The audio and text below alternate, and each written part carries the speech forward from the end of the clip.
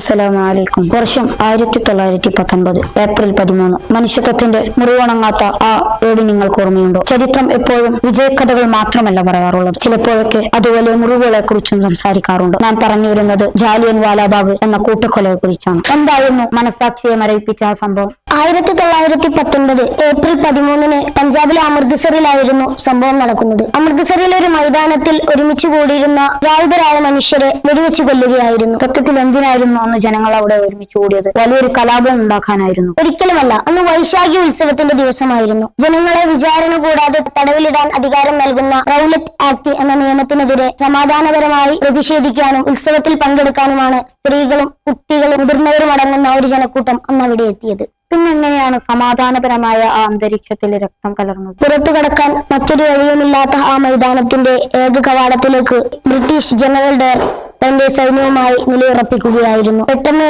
അദ്ദേഹം യാതൊരു മുന്നറിയിപ്പും കൂടാതെ വെടിയുതിർക്കാൻ ഉത്തരവിട്ടു. 1650 റൗണ്ട് ഉണ്ടകളാണ് നിരായുധരായ ആ ജനങ്ങൾക്ക് നേരെ അന്ന് വെടിവെച്ചത്. വെടിയുണ്ടകളിൽ നിന്നും രക്ഷപ്പെടാൻ വേണ്ടി ആളുകൾ മൈതാനത്തിലുണ്ടായിരുന്ന കിണറ്റിലേക്ക് എടുത്തു ചാടി. മാർട്ടി എസ്വെൽ അഥവാ രക്തസാക്ഷികളുടെ കിണർ എന്ന ചരിത്രം ഇന്നും അതിനെ വിശേഷിപ്പിക്കുന്നുണ്ട്. ആ കിണർ ഇന്നും മുറിവിന്റെ അടയാളമായി ശേഷിക്കുന്നുണ്ടല്ലേ? ഈ സംഭവം ബ്രിട്ടീഷ് ഭരണാന്ത്യത്തിന്റെ തുടക്കമായിരുന്നു എന്ന് പറയാമോ? തീർച്ചയായും.